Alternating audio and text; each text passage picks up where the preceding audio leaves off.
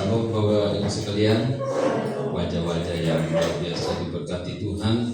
Selamat datang buat Bapak Ibu yang baru bergabung dan juga sudah beberapa minggu bergabung bersama dengan jemaat Tuhan di tempat ini. Kita akan membuka hati, kita akan mohon Roh Kudus menolong kita pada hari ini Bapak Ibu sekalian dengan tema saya mengikut Yesus karena Dia adalah Tuhan. Ya. I follow Jesus because He is Lord. Kalau saya mengiring Yesus, mengikut Tuhan karena Dia Tuhan. Lalu bagaimana dengan Bapak Ibu sekalian? Nah, banyak orang mengikut Tuhan bukan karena mengklaim Tuhan, Yesus adalah Tuhan. Tapi banyak orang mengiring Tuhan itu karena pertolongan, karena mujizat dan yang lainnya. Bahkan ada salah seorang tokoh berkata begini, kalau saya takut pada Tuhan, supaya jangan masuk neraka, biarlah neraka menerima diri. Kemudian yang kedua dia berkata, kalau saya takut kepada Tuhan, supaya saya masuk surga, biarlah surga menolak diriku.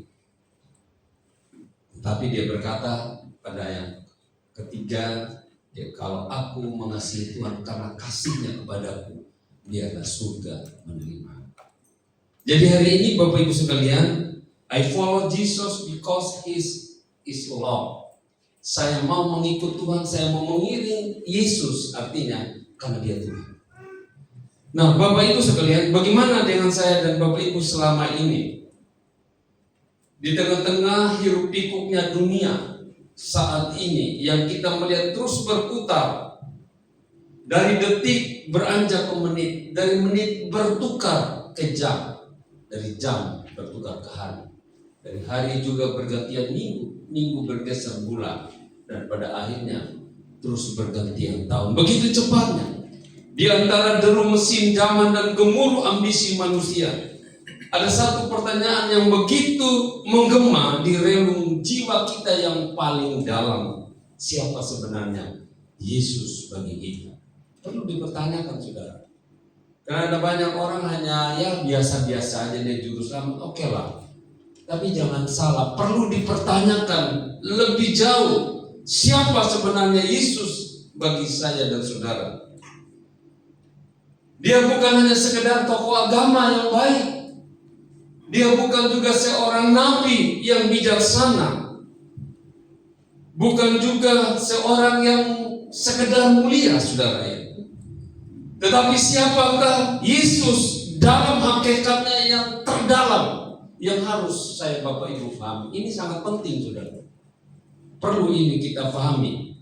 Sehingga ketika kita mengiring Kristus, bagi kita yang serius, bagi orang Kristen yang ideal, yang untuk maju, yang serius, dia perlu memahami ini. Siapa sebenarnya Kristus itu bagi diri? Ini perlu dipertanyakan, saudara. Nah, hari ini kita dipanggil untuk merenungkan sebuah kebenaran yang tentunya sesuatu yang tidak hanya sekedar menggoncang hati para ateis, tetapi juga merupakan pondasi daripada dunia, di mana orang tidak menerimanya. Tapi bagi saya dan Bapak Ibu yang percaya kepada Yesus, kita mengklaim Dia Yesus adalah Tuhan kita.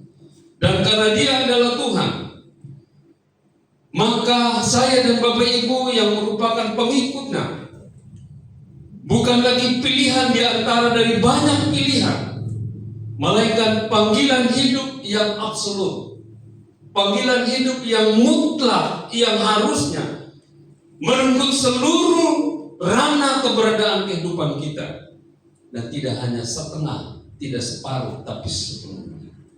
Harusnya seperti itu. Nah, Bapak Ibu sekalian, kita hidup di zaman di mana mujizat menjadi daya tarik bagi banyak orang. Sehingga kalau kita lihat ketika ada persekutuan ini yang bertumbuh, siapa tahu ada pertolongan. Karena ujungnya hanya mujizat, pertolongan, bantuan, pinjaman. Nah, hari-hari ini seperti itu. Tertarik mujizat menjadi daya tarik utama banyak orang datang kepada Tuhan. Enggak salah sih orang ke gereja, doa itu pada prinsipnya oke lah. Tapi kita harus memahami di mana kita ditempatkan kembali. Yohanes 15 ayat 16. Kembali itu. Jadi kita perlu mendalaminya dengan baik. Misalnya begini, saudara. Bapak kita itu tanam kembang. Saya ini suka tanam kembang, saudara. Jadi cuma di sini dulu banyak kembang, ya, tapi karena sudah di keramik, jadi sudah tidak, jadi di depan aja. Bapak Ibu coba di rumah punya kembang atau bunga, tanam hari ini, seminggu demikian, seminggu kemudian Bapak Ibu cabut, tanam di atas genteng. Belum sampai seminggu dia sudah pada merana mati, stres. Atau mungkin tanam ke tempat lain lah, di tempat yang juga subur, boleh. 3 hari kemudian kita cabut lagi. Pasti akan mati, tidak pernah akan langgeng. Nah, itulah sebabnya Bapak Ibu, Tuhan izinkan ada gereja lokal, termasuk di GBI Ciledug, supaya kita yang terpanggil bertumbuh di sini. Tidak boleh lepas. Karena itulah tanggung jawab pelayan, tanggung jawab para gembala, mengcover domba-dombanya dengan ajaran-ajaran yang mungkin Bapak Ibu, ya jangan bilang dia juga hamba Tuhan juga, kita lihat dari doktrinnya, kehidupan seperti apa, Bapak Ibu. Itu penting. Sebab nanti trans of spirit itu bisa terjadi bagi saya dan Bapak. Jadi kita jangan ngawur istilahnya. Begini lah, itu jangan ya. Karena hal inilah yang kelihatannya banyak menarik banyak orang. Bukan salah. Bila kita merindukan pinjaman, motivasi yang lain, merindukan mujizat, ya ditolong, boleh. Namun persoalannya ada banyak orang berhenti mengikut Yesus ketika mujizatnya sudah tiada, ketika pertolongannya berhenti, ketika pinjamannya berhenti. Seperti itu. Ini yang menjadi persoalan. Nah, firman Tuhan hari ini mau mengajak saya dan Bapak Ibu untuk naik ke tingkat level yang lebih tinggi. Sebagai seorang Kristen yang mengiring Tuhan dengan iman yang dewasa, saya mengikut Tuhan, saya mengiring Tuhan karena Dia Tuhan, saya mengikut Yesus karena Dia Tuhan. Bukan karena sekedar Dia memberikan saya fasilitas, bukan.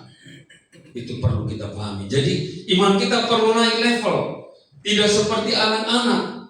Iman yang tidak lagi berkata aku akan percaya kalau Tuhan buktikan dulu dengan mujizat. Ini iman yang dewasa. Tidak berkata seperti itu. Saya ikut Tuhan kalau Tuhan buktikan. Kalau Tuhan kasih saya pesanan sesuai dengan harapan saya, impian saya, dominan saya, dan sebagainya. Bukan seperti itu.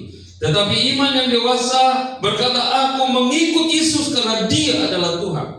Apapun yang terjadi di sepanjang lini kehidupan saya. Nah, kita akan melihat beberapa pondasi iman secara dewasa dari Alkitabiah. Dan mengapa iman yang hanya bertumpu pada pertolongan, yang hanya bertumpu pada pinjaman, yang hanya bertumpu pada mujizat sangat rapuh. Ini perlu juga kita pahami, saudara. Mari saya akan baca di dalam Yohanes pasal 6 ayat 1 sampai 14, demikian firman Allah ya. Saya baca semua ini supaya kita bisa memahaminya. Sesudah itu Yesus berangkat ke seberang danau Galilea, yaitu danau Tiberias. Orang banyak berbondong-bondong mengikuti Dia karena mereka melihat mujizat-mujizat penyembuhan yang diadakannya terhadap orang-orang sakit. Dan Yesus naik ke atas gunung dan duduk di situ dengan murid-muridnya. Dan Paskah hari raya orang Yahudi sudah dekat. Ketika Yesus memandang sekelilingnya dan melihat bahwa orang banyak berbondong-bondong datang kepadanya, berkatalah Ia kepada Filipus, di manakah kita akan membeli roti supaya mereka ini makan? Hal itu dikatakannya untuk mencobai Dia, sebab Ia sendiri tahu apa yang hendak dilakukannya. Jawab Filipus kepadanya, roti seharga 200 dinar tidak akan cukup untuk mereka ini, sekalipun masing-masing mendapat sepotong roti saja. Seorang dari murid-muridnya, yaitu Andreas saudara Simon Petrus, berkata kepadanya, di sini ada seorang anak yang mempunyai 5 roti jelai dan 2 ikan, tetapi apakah artinya itu untuk orang sebanyak ini? Kata Yesus, suruhlah orang-orang itu duduk. Adapun di tempat itu banyak rumput, maka duduklah orang-orang itu, kira-kira 5.000 laki-laki banyaknya. Lalu Yesus mengambil roti itu, mengucap syukur dan membagi-bagikannya kepada mereka dan yang duduk di situ. Demikian juga dibuatnya dengan ikan-ikan itu sebanyak yang mereka kehendaki. Dan setelah mereka kenyang, Ia berkata kepada murid-muridnya, kumpulkanlah potongan-potongan yang lebih supaya tidak ada yang terbuang. Maka mereka pun mengumpulkannya dan mengisi 12 bakul penuh dengan potongan-potongan dari kelima roti jelai yang lebih setelah orang makan. Ketika orang-orang itu melihat mujizat, perhatikan, ketika orang-orang itu melihat mujizat yang telah diadakan Yesus, mereka berkata, dia ini adalah benar-benar nabi yang akan datang ke dalam dunia. Lanjut ayat 25. Ketika orang banyak menemukan Yesus di seberang laut, itu mereka berkata kepadanya, Rabi, bila mana engkau tiba di sini? Yesus menjawab mereka, aku berkata kepadamu, sesungguhnya kamu mencari aku bukan karena kamu telah melihat tanda-tanda, melainkan karena kamu telah makan roti itu dan kamu kenyang. Bekerjalah bukan untuk makanan yang akan dapat binasa, melainkan untuk makanan yang bertahan sampai kepada hidup yang kekal, yang akan diberikan anak manusia kepadamu, sebab dialah yang disahkan oleh Bapa Allah dengan meterai. Lanjut ayat 60. Sesudah mendengar semuanya itu, banyak dari murid-murid Yesus berkata, perkataan ini keras, siapa yang sanggup mendengarkannya? Yesus yang di dalam hatinya tahu bahwa murid-muridnya bersungut-sungut tentang hal itu, berkata kepada mereka, adakah perkataan itu menggoncangkan imanmu? Dan bagaimanakah jikalau kamu melihat anak manusia naik ke tempat di mana ia sebelum berada? Rohlah yang memberi hidup, daging sama sekali tidak berguna. Perkataan pertama yang kukatakan kepadamu adalah roh dan hidup. Tetapi di antaramu ada yang tidak percaya, sebab Yesus tahu dari semula siapa yang tidak percaya dan siapa yang akan menyerahkan dia. Lalu ia berkata, sebab itu telah kukatakan kepadamu, tidak ada seorang pun yang datang kepadaku kalau Bapa tidak mengaruniakan kepadanya. Tolong diperhatikan ayat yang kayak 66 ya. Mulai dari waktu itu banyak murid-muridnya mengundurkan diri dan tidak lagi mengikuti dia. Alkitab berkata setelah Yesus memberikan makan 5.000 orang, laki-laki itu hanya laki-laki doang, belum yang wanita dan anak-anak, dengan 5 roti dan 2 ekor ikan. Luar biasa, orang banyak ingin menjadikan dia raja. Lalu mereka mulai berunding dan berseru, inilah dia nabi yang akan datang, ayat 14, saudara ya. Tetapi keesokan harinya, perhatikan, ketika Yesus berbicara tentang roti hidup dan mempersilakan mereka makan daging dan minum darahnya secara rohani, banyak murid-muridnya berkata, ayat ke-60, perkataan ini keras, siapakah yang sanggup mendengarkannya? Lalu apa yang terjadi, saudara? Kalau kita perhatikan dengan teliti bahwa pada ayat yang ke-66, mereka mulai mengundurkan diri satu persatu. Namun tidak secara kebetulan, angka 66 itu antikris, saudara. Betul ya, ayat 66. Nah, luar biasa sekali, itu lambangnya setan. Pertanyaannya, mengapa mereka mengundurkan diri? Karena mereka datang untuk perut mereka, untuk fasilitas, untuk mujizat, untuk kekenyangan mereka, untuk roti, untuk penyembuhan dan lain sebagainya. Dan ketika Yesus menawarkan dirinya sendiri, bukan berkat jasmani, darah dan tubuhnya, kemudian pada akhirnya mereka menjadi kecewa. Luar biasa. Dan kalau kita melihat Yesus tidak mengejar mereka pada akhirnya, tidak, tapi justru dia berbalik bertanya kepada murid-muridnya, ayat 67, apakah kamu tidak mau pergi juga? Dan kita melihat Petrus menjawab dengan iman yang dewasa. Ini iman yang dewasa, Tuhan, kepada siapakah kami akan pergi? Perkataanmu itu adalah perkataan yang hidup, yang kekal bagi kami, ayat 68. Nah saudara, inilah perbedaan iman kanak-kanak yang berkata, aku ikut karena engkau memberi saya mujizat. Ini iman kanak-kanak. Kalau Tuhan tolong, kalau saya diberi, saya setia. Nah iman dewasa, aku ikut Tuhan karena engkau sumber kehidupan. Nah ada bahaya serius yang seperti saya bilang tadi, bahwa iman yang bertumpu pada pertolongan, iman yang bertumpu hanya pada perhatian orang lain, minta perhatian, iman yang bertumpu pada pinjaman, bukan tidak boleh minjam, biasanya juga minjam sudah. Ya, artinya kalau kita hanya beralokasi ke sana, berpusat ke sana, itu berbahaya. Dan iman yang hanya berpusat pada pertolongan dan mujizat Tuhan adalah iman yang dibangun dengan rapuh. Nah, ini persoalan ini bahayanya serius bagi orang yang hanya bergantung pada pertolongan Tuhan atau pada mujizat, yang hanya lihat pada mujizat. Bahayanya mujizat membuat iman itu bergantung pada pengalaman, bukan pada pribadi Tuhan itu sendiri. Dan kalau kita melihat, selamanya tidak mungkin mujizat selalu terjadi. Karena doa kita merupakan permohonan, doa bukan memaksa Tuhan. Ya, karena itu Ibu Gembala selalu berkata bahwa doa itu ada 3 step. Pertama, yes, Tuhan langsung jawab. Yang kedua, tunggu dulu. Dan yang ketiga, tidak sama sekali. Jadi mujizat pertolongan tidak selamanya selalu terjadi. Tergantung timingnya, kairosnya Tuhan. Sesuai kehendaknya bagi setiap siapa yang dia rela untuk kita bisa menerimanya. Contoh orang Israel di padang gurun. Kita melihat mereka melihat mujizat besar 10 tulah di Mesir. Laut Kosong, Laut Merah terbelah sebab menjadi 2. Beras mana langit turun dari surga. Daging burung puyuh dikirim kepada mereka. Air dari batu karang keluar. Sungai Yordan terbelah bagi 2. Namun mereka dikatakan tetap bersungut-sungut, memberontak. Bahkan ironisnya mereka membuat patung berhala dan mereka menyembahnya. Mujizat tidak otomatis melahirkan iman yang setia. Lalu bagaimana Om? Ya kita tetap berharap. Dan saya mau ingin masuk terus. Mazmur 78, bab bertiga ayat 32. Sekalipun demikian mereka masih saja berbuat dosa dan tidak percaya kepada perbuatan-perbuatannya yang ajaib.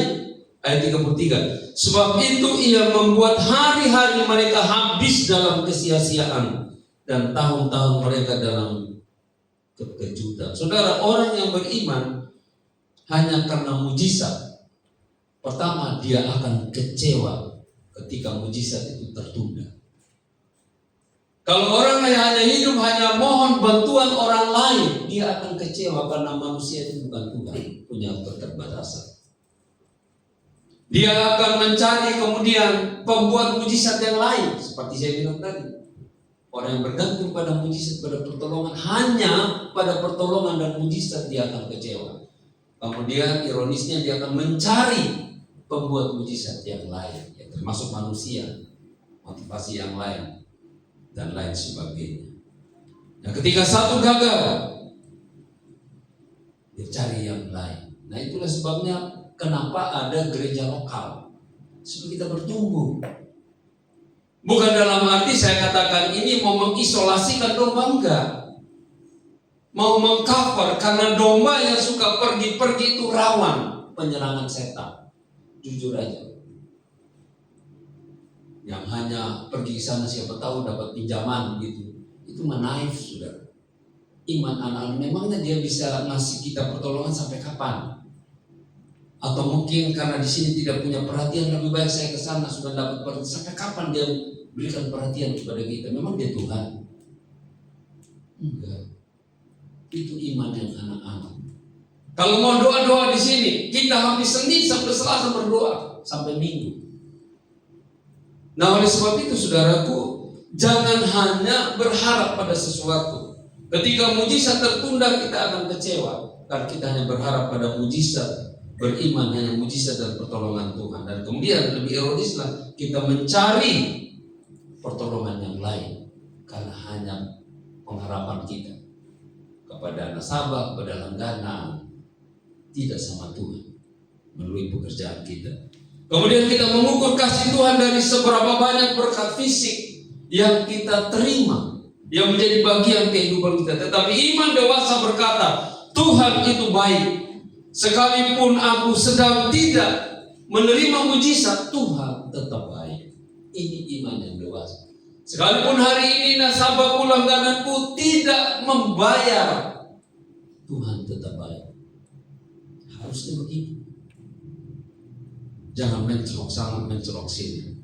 Seperti ayat 21 dari pasal yang pertama dikatakan, seperti Ayub, Tuhan yang memberi, Tuhan yang mengambil, terpujilah nama Tuhan. Ini ungkapan yang artinya memahami apapun yang terjadi itu urusannya Tuhan, suka-sukanya Tuhan. Itu iman yang dewasa.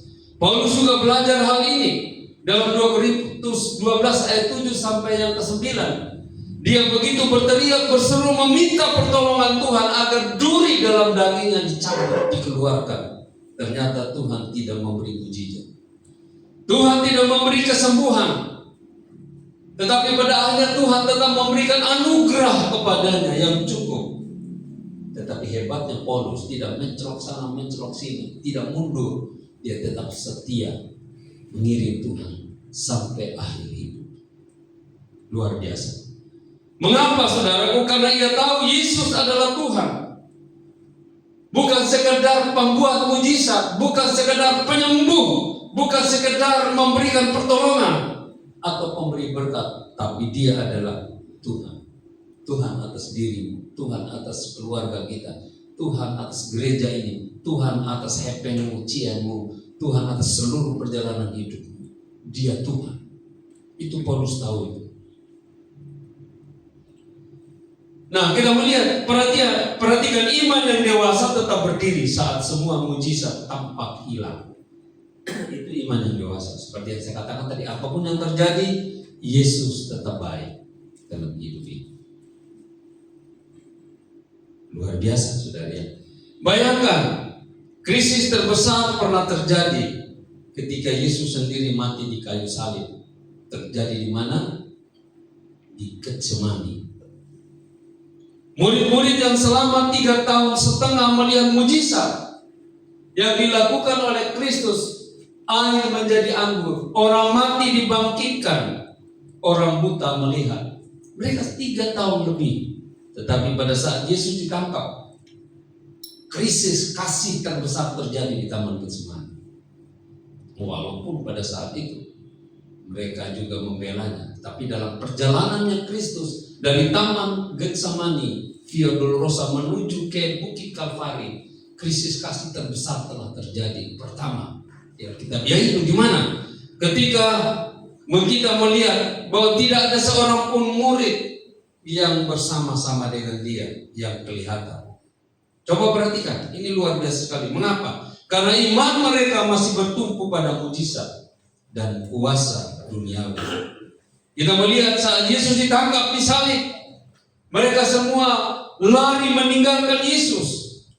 Yang satu menyangkal Yesus, yang satu meragukan Yesus, menyangkal Petrus dan meragukan Yesus adalah Thomas dan beberapa yang lain. Bahkan ada yang olo-olo kata orang apa itu, mengejek, termasuk salah seorang yang ada di salib Kristus itu, yang tersalib dengan dia. Mengapa? Karena mereka itu hanya memiliki iman bertumpu pada pertolongan, pada mujizatnya Tuhan, bukan pada pribadi Tuhan.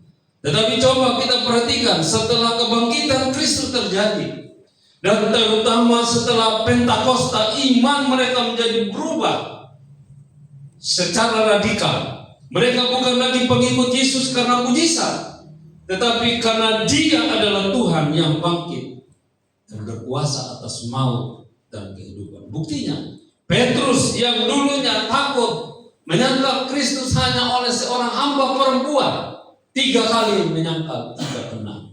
Bahkan dia mengutuk luar biasa.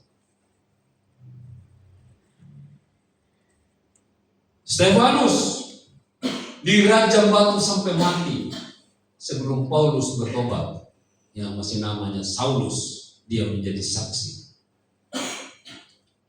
Tanpa satu mujizat pun dia mati di rajam batu. Luar biasa. Tetapi pada waktu dia mengakhiri hidup, meninggal dunia, dia melihat Yesus berdiri di sebelah kanan Allah Bapa. Nah, ini iman yang dewasa, saudara. Jadi iman yang dewasa berkata, sekalipun aku berjalan dalam lembah-lembah kekelaman, bayang-bayang maut, aku tidak takut bahaya. Seperti Daud katakan, karena Engkau besertaku. Mazmur 23 ayat 4. Ini iman yang dewasa, saudara. Bukan Engkau besertaku hanya kalau Engkau membelah laut, baru aku yakin Kau beserta. Tidak. Kadang juga Tuhan tidak membelah laut.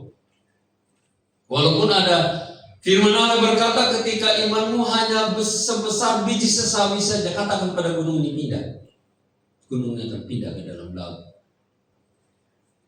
Tapi kalau gunungnya enggak pindah, apakah firman Tuhan bohong? Enggak. Kalau dia enggak akan pindah, berarti dia suruh kita mendaki bukit itu, gunung itu. Tentu dalam penyertaan Tuhan, saudara ya. Nah, oleh sebab itu kita harus bersyukur. Ketika kita mengiring Tuhan, jangan pada waktu dia memberikan tanda mata baru kita akui Kau Tuhan. Tapi ketika kita berdoa 1 tahun, 2 tahun, 10 tahun, belum ada jawaban, apakah dia masih Tuhan kita? Nah, ini menjadi pertanyaan PR buat saya dan Bapak Ibu. Sudah berapa lama kita menjadi orang Kristen?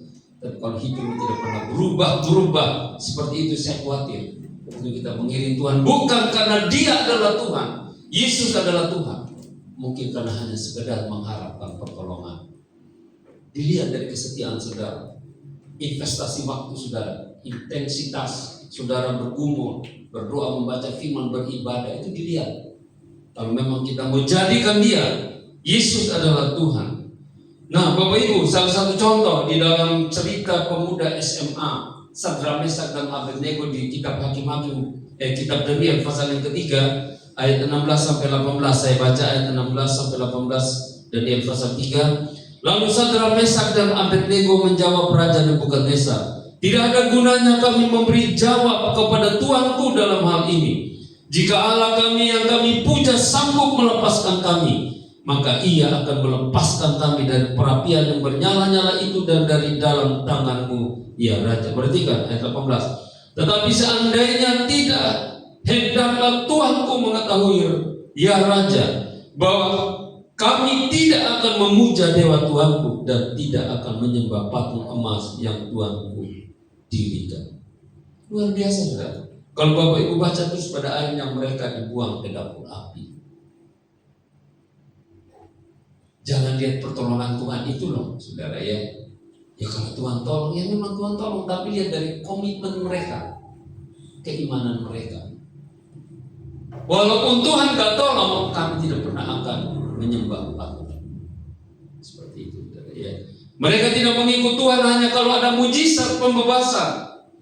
Mereka mengikut Tuhan karena Dia adalah Tuhan. Itulah iman yang dewasa. Demikian juga buat saya dan Bapak Ibu.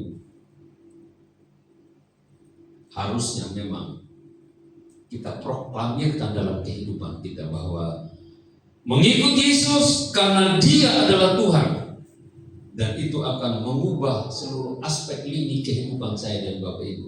Percaya atau tidak?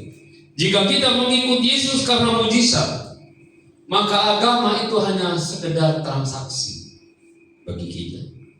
Saya setia kalau engkau memberi, itu bukan memiliki iman yang serius. Iman yang bertumpu pada pertolongan, bukan pada pribadi Kristus. Tapi jika kita mengikut Kristus karena Dia adalah Tuhan, maka yang pertama ada perubahan ketaatan, tidak lagi berdasarkan perasaan. Kalau kita mengikut Yesus karena Dia Tuhan, maka ketaatan kita tidak lagi berpondasi berdasarkan perasaan. Saya ke gereja, perasaannya lagi gak enak ini. Betul? Saya memberi, kayaknya udah gak usah lah. Jadi main perasaannya, sensinya terlalu tinggi.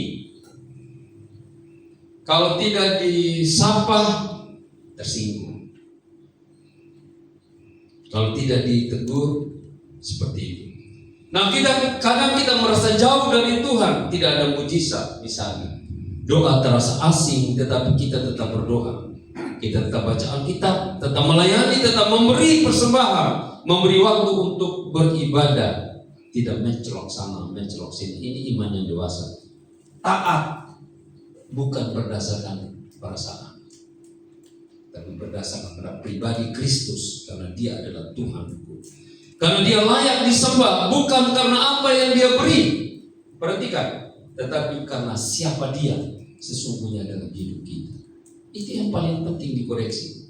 Jika kita mengikuti Dia karena Dia adalah Tuhan, maka yang kedua, penderitaan tidak lagi menggoyahkan iman kita.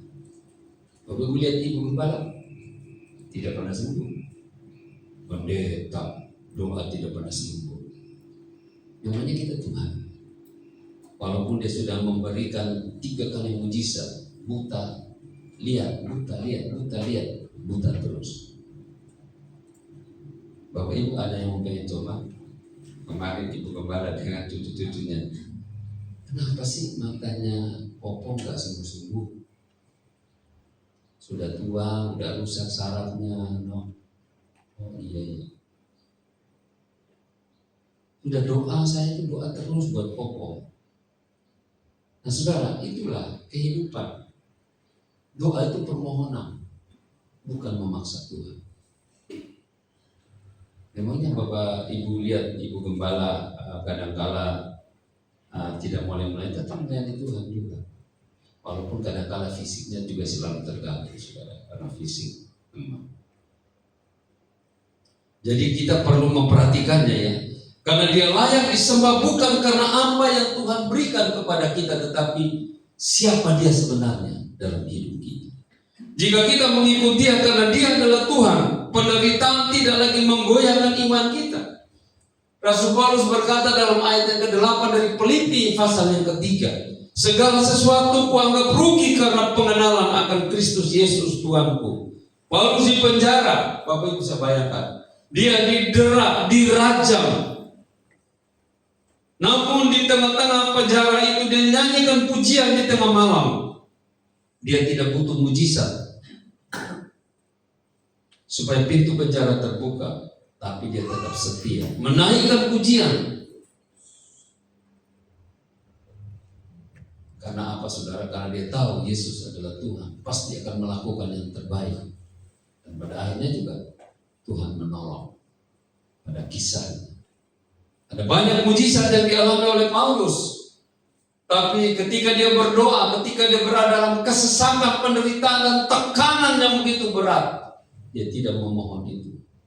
Yang kita lihat bagaimana ketika dia melihat memohon dengan sangat 3 kali untuk mencabut duri dalam daging, tapi Tuhan tidak izinkan itu. Jadi saudaraku, jika kita mengikut Tuhan karena Dia adalah Tuhan, maka tujuan hidup kita menjadi memuliakan Tuhan, bukan menikmati berkatnya semata.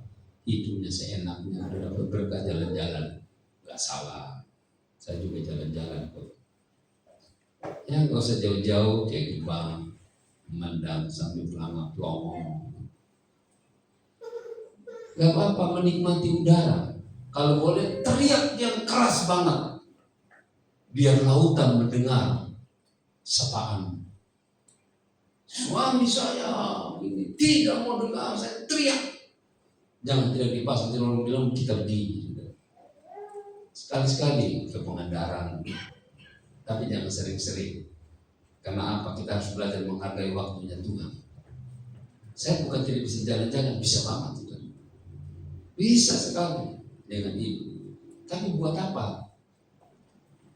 Salah satu hal yang menjadi fondasinya ibu berkata, mau kemana juga, wong saya juga nggak melihat.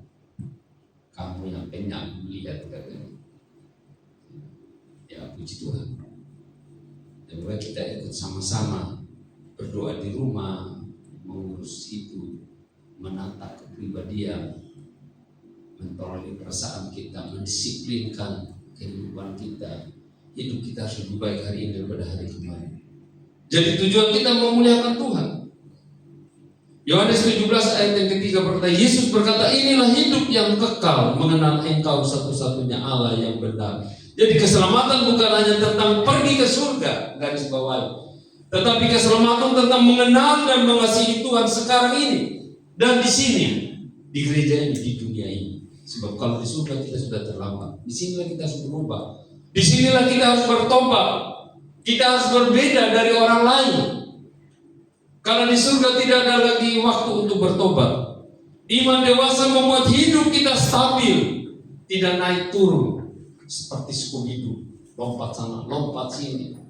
Nanti kalau lompat sana yang bagus kejar, tapi kalau dia masuk ke dalam neraka itu kan lebih repot. Dia stabil seperti pohon yang ditanam di tepi aliran air. Yeremia 17 ayat 7 yang ke-8. Tidak menjadi takut ketika panas datang, daunnya tetap hijau. Mengapa? Karena akarnya mencari Tuhan sendiri, bukan hanya berfokus pada pertolongan dan mujizat, tapi pribadi Tuhan. Banyak orang hanya begitu, datang ke gereja supaya nanti kalau ada kesibukan didoakan, kalau mati dikuburkan. Saya bilang dia orang-orang yang tidak rajin jika kalau mati suruh online aja yang kubur. Gitu. Saya juga tegas sekarang, benar, bukan main-main. Ada apa juga sih? Memang mau dapat apa juga? Suruh rajin ke gereja juga ambil pisang sebenarnya. Imannya seperti apa sih?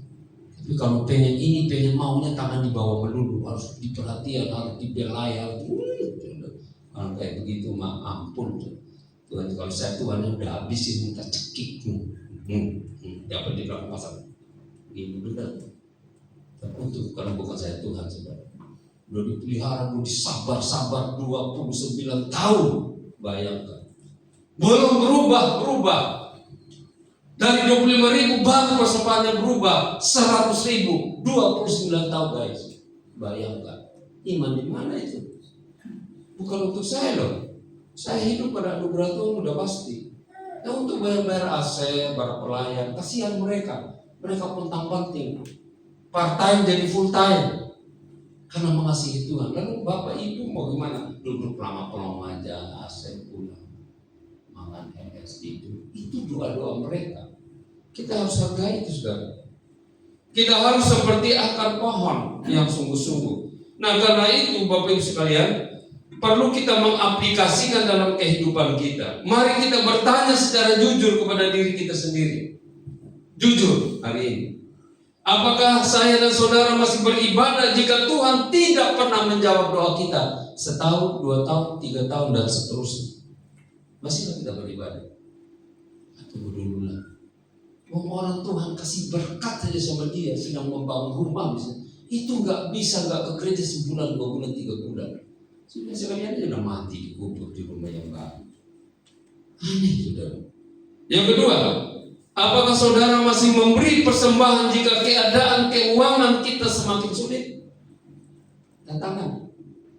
Kalau engkau benar-benar mau jadikan Yesus adalah Tuhan, iman tidak hanya sekedar percaya, tapi mempercayakan. Rela dibentuk. Yang ketiga, apakah saudara masih memuji Tuhan jika saudara didiagnosa sakit yang tidak pernah kunjung sembuh? Seperti ini. Masih? Jika jawabannya saya dan saudara adalah tidak, berarti iman kita masih iman yang kanak-kanak, hanya berfokus pada bantuan, pada mujizat, bertumpu pada pertolongan hanya, bukan pada pribadi Kristus. Tuhan ingin membawa kita kepada kematangan bahwa Dia sendiri sudah cukup dalam hidup ini.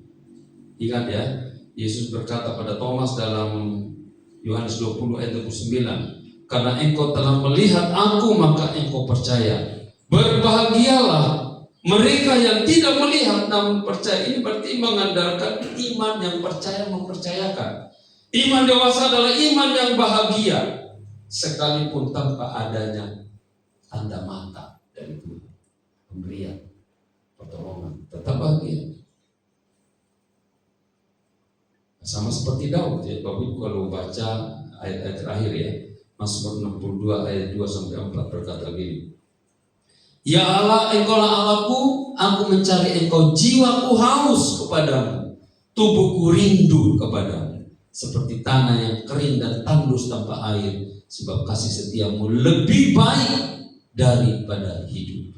Daud di padang gurun tanpa kemuliaan, Daud di padang gurun tanpa istana, tanpa mujizat, yang spektakuler dia tuliskan ini menjadi satu ungkapan hatinya. yang mengakui Allah itu adalah benar-benar Tuhan dalam hidup.